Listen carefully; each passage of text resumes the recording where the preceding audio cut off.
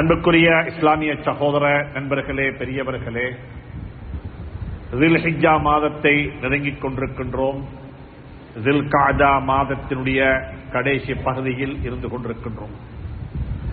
ذில்காதாவையும் ذில்ஹிஜ்ஜாவையும் பொறுத்தவரையில் ஹஜ்ரத் இப்ராஹிம் அலைஹிஸ்ஸலாத்து வஸ்ஸலாம் அவர்களுடைய வாழ்க்கையுடன் சம்பந்தப்படுத்தி அவர்களுடைய வாழ்க்கையிலிருந்து நாங்கள் கற்றுக்கொண்ட பாடங்கள் என்ற தலையங்கத்தில் இன்னொரு விடயங்களை அல்லாஹ் சுப்ஹானஹு தஆலா குர்ஆனில் பிரஸ்தாபித்திருக்கின்றான். இப்ராஹிம் அலைஹிஸ்ஸலாத்து வஸ்ஸலாம் அவர்களுடைய வாழ்க்கையை பற்றி குர்ஆன் சொல்லும் பொழுது எப்படி ஸல்லல்லாஹு அலைஹி வஸல்லம் அவர்களுடைய வாழ்க்கையை பற்றி சொல்லிவிட்டு லக்கத் கான லக்கும் ஃபீ ரசூலில்லாஹி உஸ்வத்துன் ஹஸனஹ், இந்த ரசூலுடைய வாழ்க்கையில் சய்யிதுல் கௌனைன் முஹம்மது ஸல்லல்லாஹு அலைஹி வஸல்லம் அவருடைய வாழ்க்கையில் உங்களுக்கு அழகான முன்மாதிரிகள் இருக்கிறது. அவர்களை உங்களுடைய வாழ்க்கையினுடைய ஒரு எடுத்துக்காட்டாக, ஒரு கண்ணாடியாக, ஒரு முன்மாதிரியாக எடுத்துக்கொண்டு உங்களுடைய வாழ்க்கையை நீங்கள் அமைத்துக் கொள்ளுங்கள் என்று சொல்லி குர்ஆன் எங்களுக்கு சொல்லுகிறது. இந்த ஆயத்தை நாங்கள் பெரும்பாலும் ரபீஉல் அவ்வல் மாதத்தில் திருப்பி திருப்பி ஓதுவோம். லக்கத் கான லக்கும் ஃபீ ரசூலில்லாஹி உஸ்வத்துன் ஹஸனஹ். அதே போல அல்லாஹ் சுப்ஹானஹு தஆலா இன்னொரு இடத்துல சொல்லுகிறான், கத் கானத் லக்கும் உஸ்வத்துன் ஹஸனஹ் ஃபீ இப்ராஹிம். உங்களுக்கு ஹஜ்ரத் இப்ராஹிம் அலைஹிஸ்ஸலாத்து வஸ்ஸலாம் அவருடைய வாழ்க்கையிலேயும் மிகவும் அழகான முன்மாதிரிகள் இருக்கிறது. இப்ராஹிம் அலைஹிஸ்ஸலாத்து வஸ்ஸலாம் அவர்களை பற்றி குர்ஆன் பல தலையங்கங்களில் கதைத்திருக்கிறது, பல தலையங்கங்களில் பேசி இருக்கிறது. சுப்ஹானல்லாஹ்.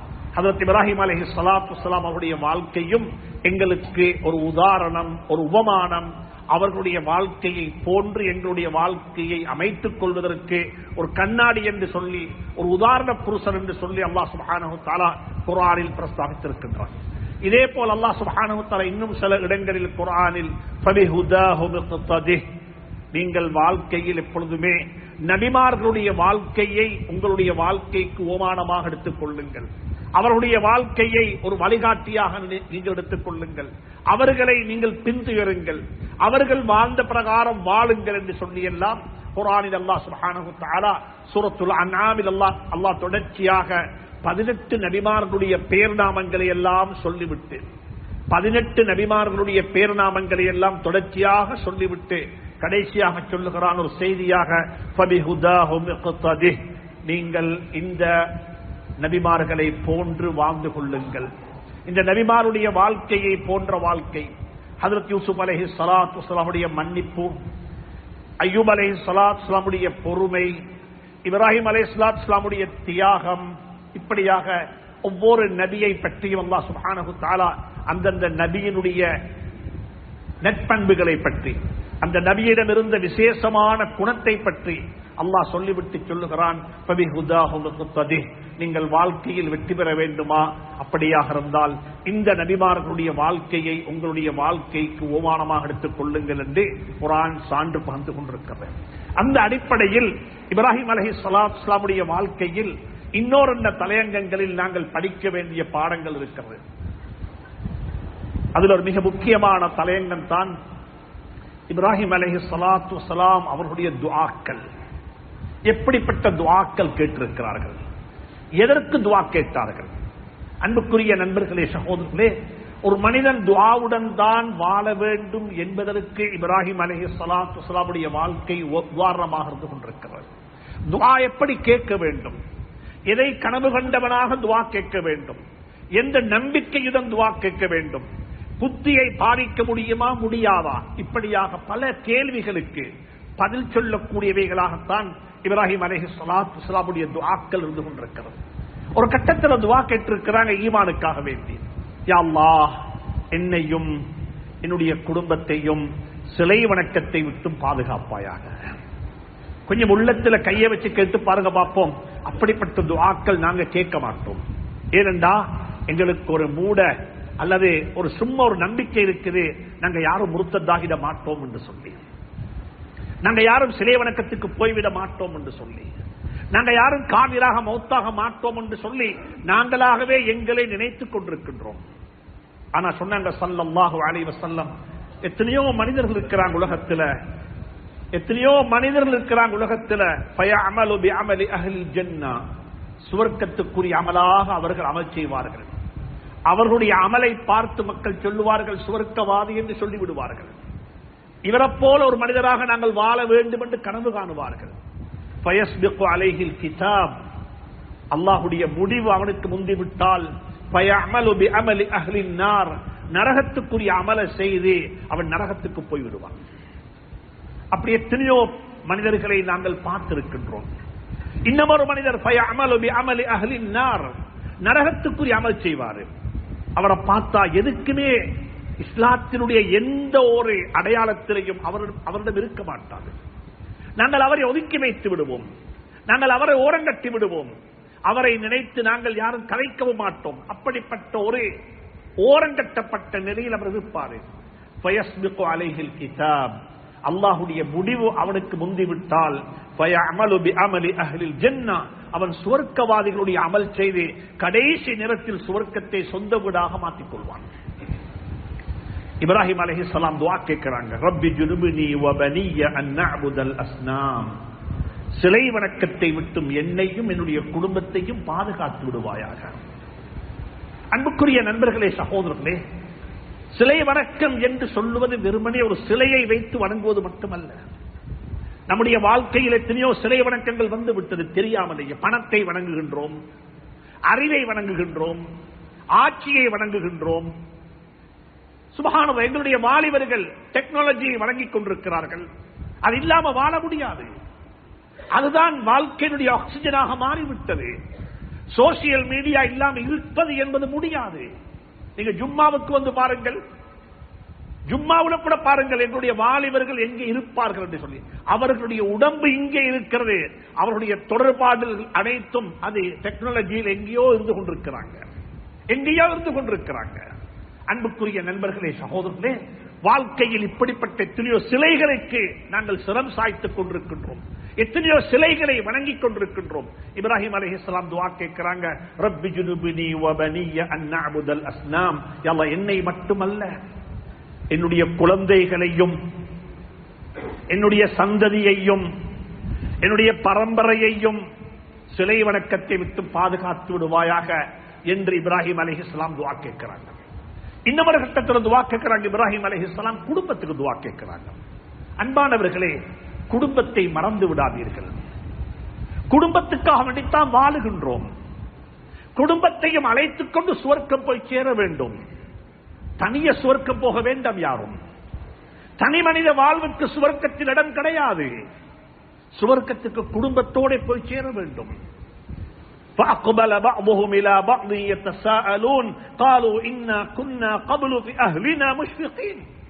நாளை கியாமத்தில் சுவர்க்கவாதிகள் சுவர்க்கத்துக்கு போனதுக்கு பிறகும் அங்கேயும் குடும்பத்தை பற்றி விசாரிப்பார்கள். குடும்பம் எல்லாரும் சுவர்க்கத்துக்கு வந்து விட்டார்களா? வாப்பட செய்தி என்ன, உம்மட செய்தி என்ன, மகண்ட செய்தி என்ன, பேரப்புள்ளைய செய்தி என்ன? சுப்ஹானல்லாஹ், குடும்பமாகத்தான் சுவர்க்கத்தில் கூட வாழ வேண்டும். குடும்பத்தில் தனிய வாழ முடியாது. அதைத்தான் குர்ஆன் சொல்லுகிறது, وَمَنْ صَلَحَ مِنْ آبَائِهِمْ وَأَزْوَاجِهِمْ وَذُرِّيَّاتِهِمْ وَالْمَلَائِكَةُ يَدْخُلُونَ عَلَيْهِمْ مِنْ كُلِّ بَابٍ سَلَامٌ عَلَيْكُمْ بِمَا صَبَرْتُمْ فَنِعْمَ عُقْبَى الدَّارِ. சுவர்க்கத்தில் சுவர்க்கவாதிகள் எல்லாம் சுவர்க்கத்தில் போய் அமர்ந்து விடுவார்கள். தன்னுடைய சொந்த சுவர்க்கத்துக்கு ஒவ்வொருவரும் போய் விடுவார்கள். அங்க போய் பார்த்தா ஒத்தரையும் காணும்.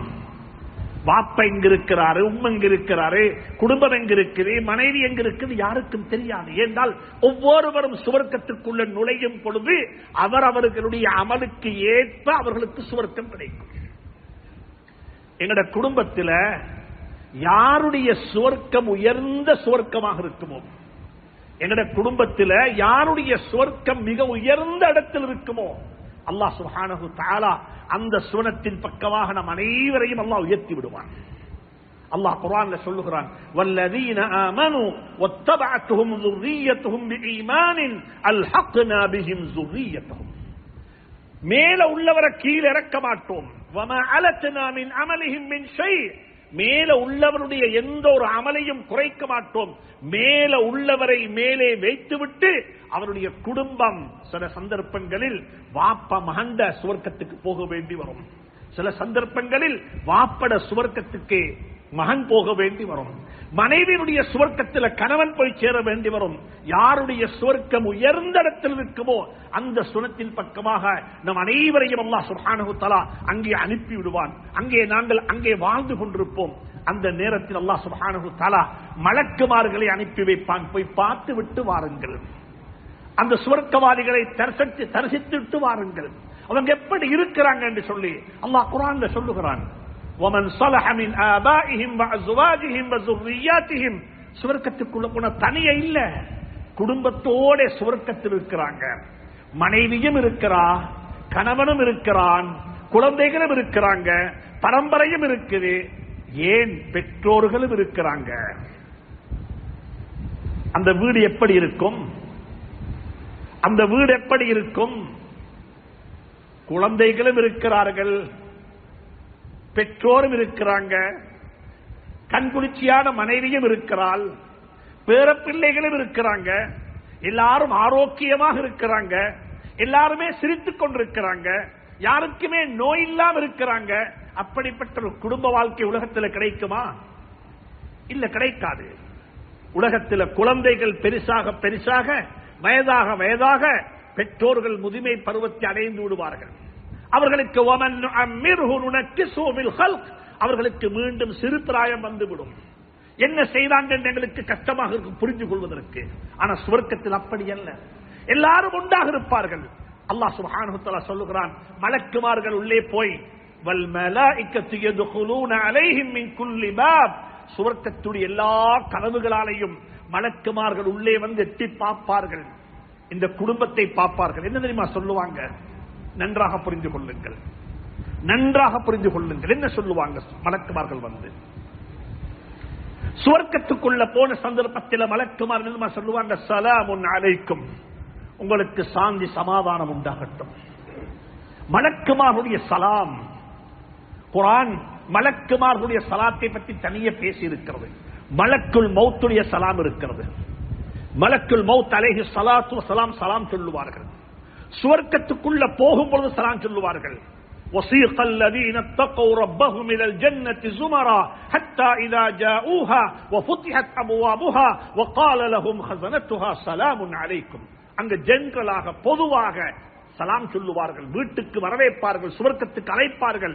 ஆனா நாங்க சுவர்க்கத்தில் போய் சேர்ந்து கொண்டதுக்கு பிறகு, சுவர்க்கத்தில் போய் செட்டில் ஆனதுக்கு பிறகு அங்கேயும் சலாம் சொல்லப்படும். ஆனா அங்க சொல்ற சலாம் கொஞ்சம் வித்தியாசமாக இருக்கும். அங்க சொல்ற சலாம் கொஞ்சம் வித்தியாசமாக இருக்கும். அந்த சலாம் என்ன தெரியுமா? சலாமுன் அலைக்கும் பிமா சபருத்தும், நீங்கள் செய்த பொறுமைக்கு அல்லாஹ் உங்களுக்கு மேலான கூலி தருவானாக. உலமாக்கள் கேட்கிறாங்க ஒரு கேள்வி, ஏன் சுவர்க்கத்துக்குள்ள போனதுக்கு பிறகும் சுவர்க்கவாதிகளை எல்லாம் பார்த்து மனைவியும் சுவர்க்கவாதி, குழந்தைகளும் சுவர்க்கவாதி, பேரப்பிள்ளையும் சுவர்க்கவாதி, பெற்றோர்களும் சுவர்க்கவாதி, அனைவரும் சுவர்க்கவாதியாக இருக்கும் பொழுது ஏன் மலக்குமார்கள் உங்களுடைய பொறுமைக்கு உங்களுக்கு சாந்தி சமாதானம் உண்டாகட்டும் என்று சொல்ல வேண்டும்? ஏன் அப்படி சொல்லுவார்கள் என்று கேட்டால், அன்புக்குரிய நண்பர்களே, சகோதரர்களே, குடும்பத்தை சுவர்க்கத்துக்கு கூட்டிக் கொண்டு போவதற்குரிய கட்டிச்சாதனம், மூலதனம் என்ன தெரியுமா? பொறுமை மட்டும்தான். பொறுமை இல்லாவிட்டால் செய்ய முடியாது. பொறுமை என்பது ஒன்று மட்டும்தான் குடும்பத்தை சுவர்க்கத்தின் பக்கமாக அழைத்துக் கொண்டு போக முடியும். எங்களோட மஹல்லாவில் இருக்கிற எல்லாரையும் பள்ளிக்கு அழைத்துக் கொண்டு வந்து தொலை வைக்கலாம். ஆனா சொந்த குழந்தையை அழைத்துக் கொண்டு வாங்க பார்ப்போம். வீட்டுக்குள்ளே உறங்கிக் கொண்டிருக்கிற சொந்த மருமகனை கூட்டிக் கொண்டு வாங்க பார்ப்போம். மஹல்லாவில் இருக்கிற எல்லாரையும் தொலை வைப்பது லேசி, அது சின்னொரு முயற்சி. அந்த முயற்சிக்கு பெரிய நன்மைகள் இருக்கிறது.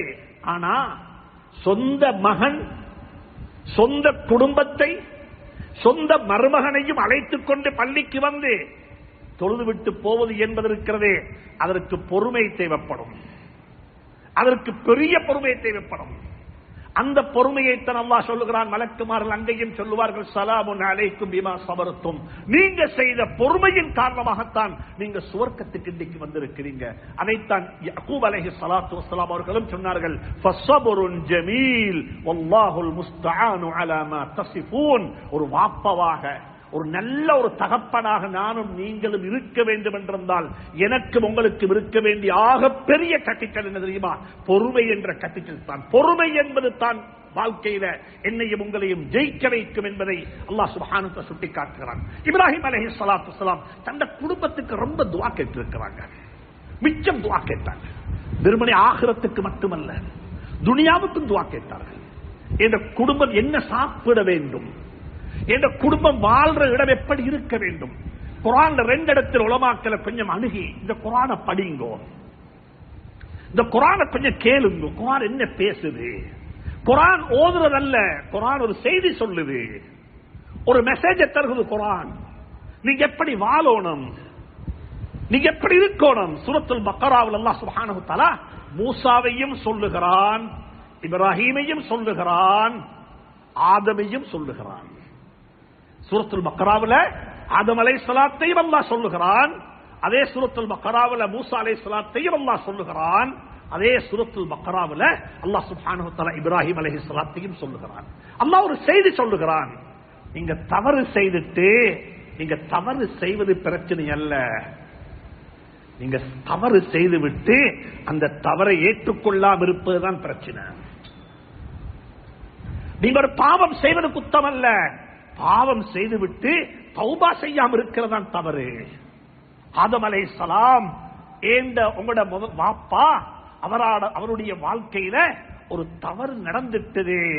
ஆனா அந்த தவறை அவர் செய்தது போலவே இப்லீஸும் செய்தான், ஷைத்தானும் செய்தான். ஆனா 2 பேருக்கு வித்தியாசம் என்ன தெரியுமா? அவன் இப்லீஸ் அந்த தவறை செய்துவிட்டு அவன் வருந்த இல்ல, அவனுக்கு மன்னிப்பு கேட்கணும் உணர்வு வர இல்ல, அவனுக்கு பெருமை வந்துச்சு, அவனுக்கு ஈகோ பிரச்சனையாக இருக்குது.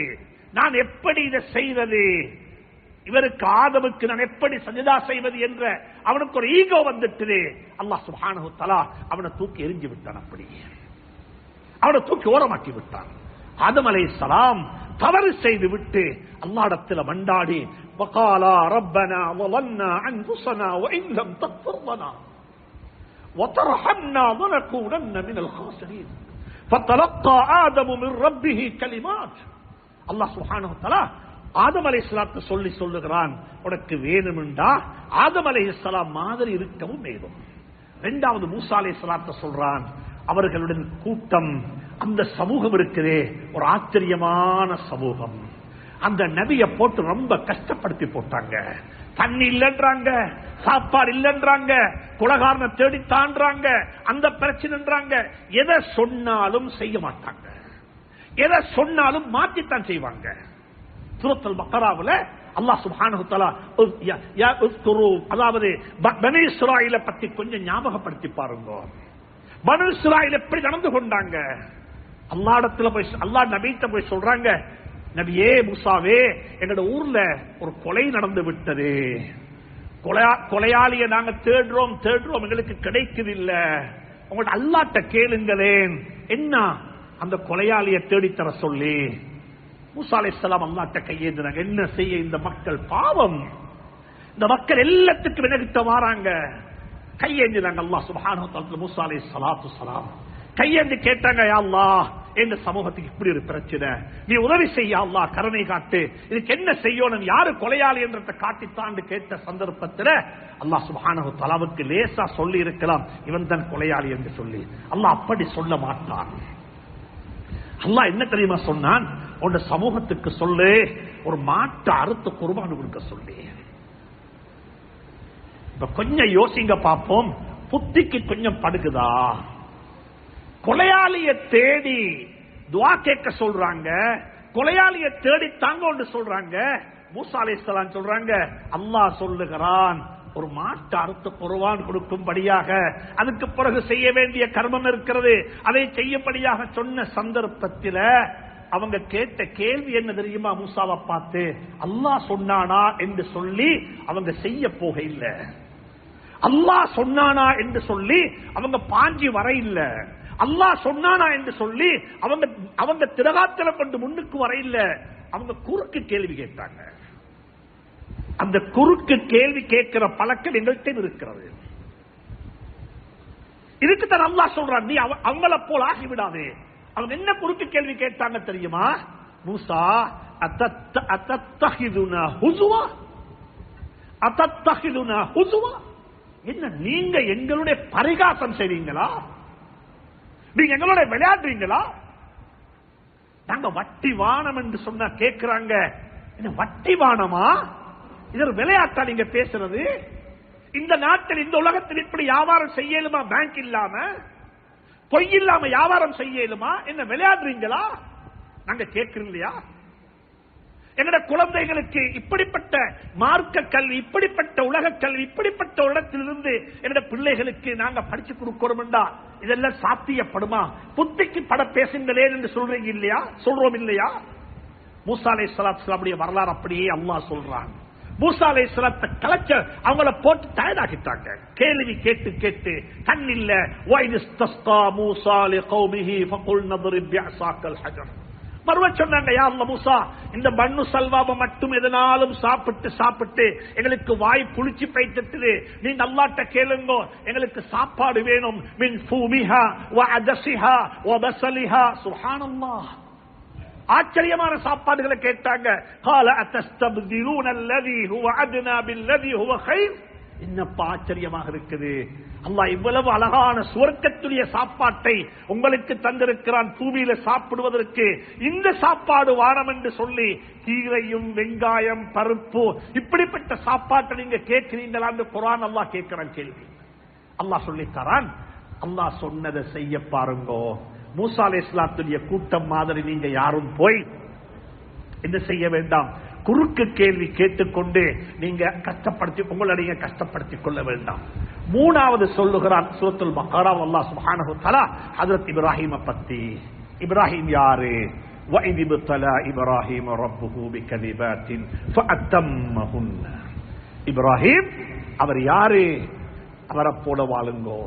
இன்ன இப்ராஹீம கான உம்மத்தன் வாஹிதா உம்மத்தன். இன்ன இப்ராஹீம கான உம்மத். இப்ராஹீம் ஒரு உம்மா, இப்ராஹிம் ஒரு நேஷன். இப்ராஹிமுக்கு உலகத்தில் பாடம், உலக மக்களுக்கு இப்ராஹிமுடைய வாழ்க்கையில பாடம் படிக்க ஏலும். இப்ராஹிம் அல்லதி வஃபா. இப்ராஹிம் யாரு தெரியுமா? நாங்க எதை சொன்னோமோ அதுல குறுக்கு கேள்வி கேட்காம அதை நிறைவேற்றினாரு. இப்ராஹிம் அல்லதி வஃபா வஃபியுன். இப்ராஹிம் அலைஹிஸ்ஸலாம் நிறைவேற்றினார்கள். எதை நீ சொல்றாயோ அதை நான் செய்வேன். இந்த மகண்ட கழுத்துல கத்திய வச்சோணுமா நான் வைப்பேன், எனக்கு அது பிரச்சனை இல்லை. மகண்ட கழுத்து துண்டாகலாம், மகண்ட கழுத்து துண்டாகலாம், அல்லாஹ்வுடைய கட்டளைகள் துண்டாக கூடாது. இதுதான் இப்ராஹிம் அல்லதி வஃபா. இதுதான் இப்ராஹிம் அல்லதி வஃபா. மகண்ட கழுத்து துண்டாகட்டும், பிரச்சனை கிடையாது. அந்த ஈமானுடைய வாப்பக்கு பிறந்த புள்ள யாராயிருக்கும்? என்ற வாழ்க்கை என்பது சொல்லிக் கொடுக்கப்பட முடியாது. அன்பான பெற்றோர்களே, நானும் ஒரு தகப்பனாக இருந்து சொல்லுகின்றேன், வாழ்க்கை என்பது சொல்லிக் கொடுக்கப்பட முடியாது. வாழ்க்கை என்பது வாழ்ந்து காட்டப்பட வேண்டும். வாழ்க்கையை யாருக்கும் டீச் பண்ணேலாம், வாழ்க்கையை பிளாக் போர்ட்ல எடுத்து சொல்லி காட்டேலாது. வாழ்க்கை என்பது வாழ்ந்து காட்டப்பட வேண்டும். பிள்ளைக்கு தஹஜ்ஜத் தொழு என்று நீங்க சொல்லக்கூடாது. தொழுது காட்டுங்கள், தொழுது காட்டுவார்கள். தொழுது காட்டுங்கள், தொழுது காட்டுவார்கள். குர்ஆன் அப்படித்தான் சொல்லுகிறது. மார்க்கத்தை, தீனை யாருக்கும் சொல்லிக் கொடுக்க முடியாது. வாழ்க்கையை, தீனை வாழ்ந்து காட்ட முடியும். வாழ்ந்து காட்டுங்கள். இப்ராஹிம் அலைஹிஸ்ஸலாம் வாழ்ந்து காட்டினாரு.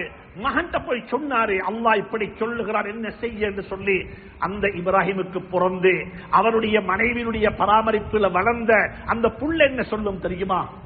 இதெல்லாம் கேட்கிற கேள்வியா வாப்பா? இதுக்கெல்லாம் கேட்கணுமா? இதெல்லாம் கேள்வி கேட்டு நேரத்தை வேஸ்ட் பண்ண வேண்டுமா? இஃப்அல் மா துஅமர். உங்களுக்கு ஏவப்பட்டதை செய்து முடித்து விடுங்கள்.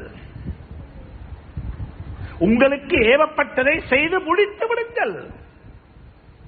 நாளைய கியாமத்தில் நீங்க என்ன தேடணும் என்றால் பொறுமையாளிகள் எங்க இருப்பார்களோ அங்க நானும் இருப்பேன் இன்ஷா அல்லாஹ். சத்தஜுதுனி இன்ஷா அல்லாஹ். அல்லாஹ் அப்படியே சொல்றாங்க இப்ராஹிம் அலைஹிஸ்ஸலாமுடைய மகன். அவருக்கு வயது 14 வயது, நபி அல்லப்ப. இந்த நபி பட்டம் கிடைச்சில்ல. فلما بلغ معه السعي قال يا بني اني ارى في المنام اني اذبحك فانظر ماذا ترى. سبحان الله. அன்புக்குரிய நண்பர்களே, சகோதரர்களே, இப்ராஹிம் அலைஹிஸ்ஸலாம் குடும்பத்துக்கு துஆ கேட்டார்கள். குடும்பத்துக்கு கேட்ட துஆக்கள் ஆச்சரியமான துஆக்கள். துஆவை கொண்டு சாத்தியப்படும் என்பதை நிரூபித்தார்கள் இப்ராஹிம் அலைஹிஸ்ஸலாம். காபத்துல்லாவை கட்டி முடிச்சாங்க. அப்பையும் துஆ கேட்கிறாங்க. காபத்துல்லாவை கட்டி முடித்த சந்தர்ப்பத்தில் கேட்ட துஆ சூரத்துல் பக்ராவுடைய ஆச்சரியமான துஆ. وَإِذْ يَرْفَعُ إِبْرَاهِيمُ الْقَوَاعِدَ مِنَ الْبَيْتِ وَإِسْمَاعِيلُ رَبَّنَا تَقَبَّلْ مِنَّا. நல்ல அமல்கள் செய்வது லேசி, ஹுத்பாக்கள் ஓதுவது லேசி, பள்ளியில வந்து உட்கார்ந்து ஹுத்பா கேட்பது லேசி. ஆனால் அதை பொருந்திக் கொள்ள வேண்டும் அல்லாஹ் சுப்ஹானஹு வ தஆலா.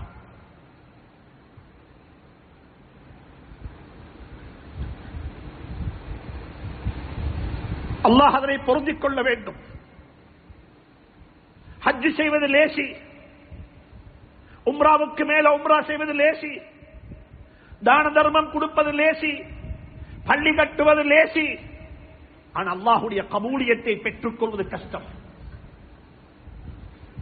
அதனால இப்ராஹிம் அலைஹிஸ்ஸலாம் காபத்துல்லாவை கட்டிட்டு கேட்ட துஆ என்ன தெரியுமா? யா அல்லாஹ், நான் கட்டி முடிச்சிட்டேன், நீ கட்ட சொன்னாய், நான் கட்டி விட்டேன். وَأَهِدْنَا إِلَى إِبْرَاهِيمَ وَإِسْمَاعِيلَ أَنْ طَهِّرَا بَيْتِيَ لِلطَّائِفِينَ وَالْعَاكِفِينَ وَالرُّكَّعِ السُّجُودِ. இன்றைக்கு யாரெல்லாம் எத்தனை லட்சக்கணக்கான மக்கள் தவாபு செய்து கொண்டிருக்கிறார்களோ அவங்க தவாபு செய்தது இப்ராஹிம் அலைஹிஸ்ஸலாம் கட்டின காபா. لِلطَّائِفِينَ وَالْعَاكِفِينَ وَالرُّكَّعِ السُّجُودِ. அவர்களுக்காக வேண்டி கட்டப்பட்ட காபா. அதில் அமல் நடந்து கொண்டே இருக்கிறது. ஆனா இப்ராஹிம் அலைஹிஸ்ஸலாம் துஆ கேட்கிறாங்க, ரப்பனா தகப்பல் மின்னா. யா அல்லாஹ், எங்களை தொட்டு இதை பொருந்திக் கொள்வாயாக, யா அல்லாஹ் ஏற்றுக்கொள்வாயாக. பழைய துணியை போல சுருட்டி முகத்தில் வீசிடாதே யா அல்லாஹ். இந்த கணக்கனை ரிஜெக்ட் பண்ணிடாதே யா அல்லாஹ். இதை நீ ஏற்றுக்கொள்வாயாக. கேட்டுவிட்டு முடிக்க இல்ல, ரப்பனா வஜ்அல்னா முஸ்லிமைன் லக். இதை கட்டும் வரைக்கும் நாங்கள் முஸ்லீமாகவே இருந்திருக்கிறோம் யா அல்லாஹ். இதற்கு பிறகு எங்களை முஸ்லீம்களாகவே வாழ வைப்பாயாக யா அல்லாஹ்.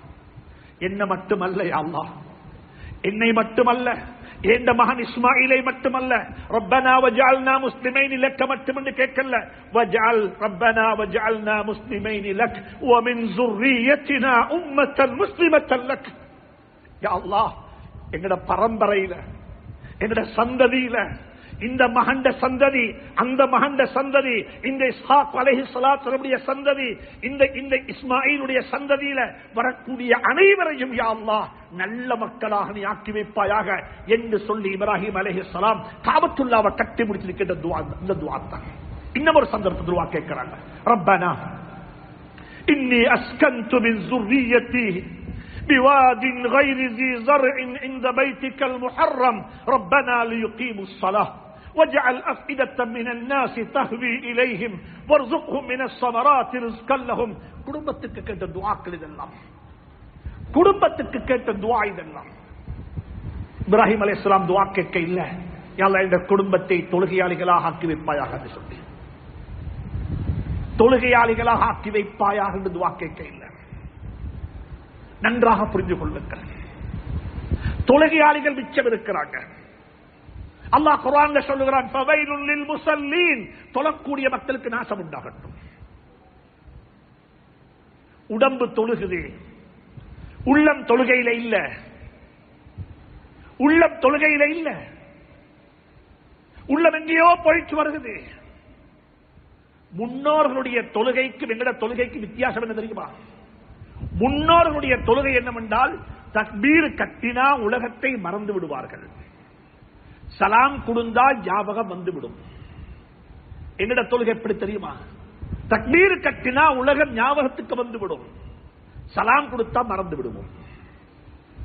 யாருக்கு டெலிபோன் பண்ண வேண்டும், யாரிடத்தில் பேமெண்ட்ஸை கலெக்ட் பண்ண வேண்டும், யாருக்கு செய்தி அனுப்ப வேண்டும், யாரை சந்திக்க வேண்டும் என்பதெல்லாம் தொழுகையில பிளான் பண்ணுவோம்.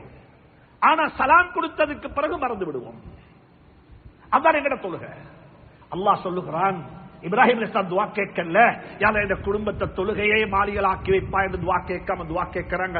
ரப்பனா யா அல்லாஹ் இன்னி அஸ்கன்து மின் ذُرِّيَّتِي بِوَادٍ غَيْرِ ذِي زَرْعٍ عِندَ بَيْتِكَ الْمُحَرَّمِ رَبَّنَا لِيُقِيمُوا الصَّلَاةَ. யா அல்லாஹ் இந்த குடும்பம் தொழுகையை நிலைநாட்ட வேண்டும், எஸ்டாப்லிஷ் பண்ண வேண்டும். தொழுகையை நிலைநாட்டக்கூடிய குடும்பமாக இந்த குடும்பத்தை ஆக்கி வைப்பாயாக.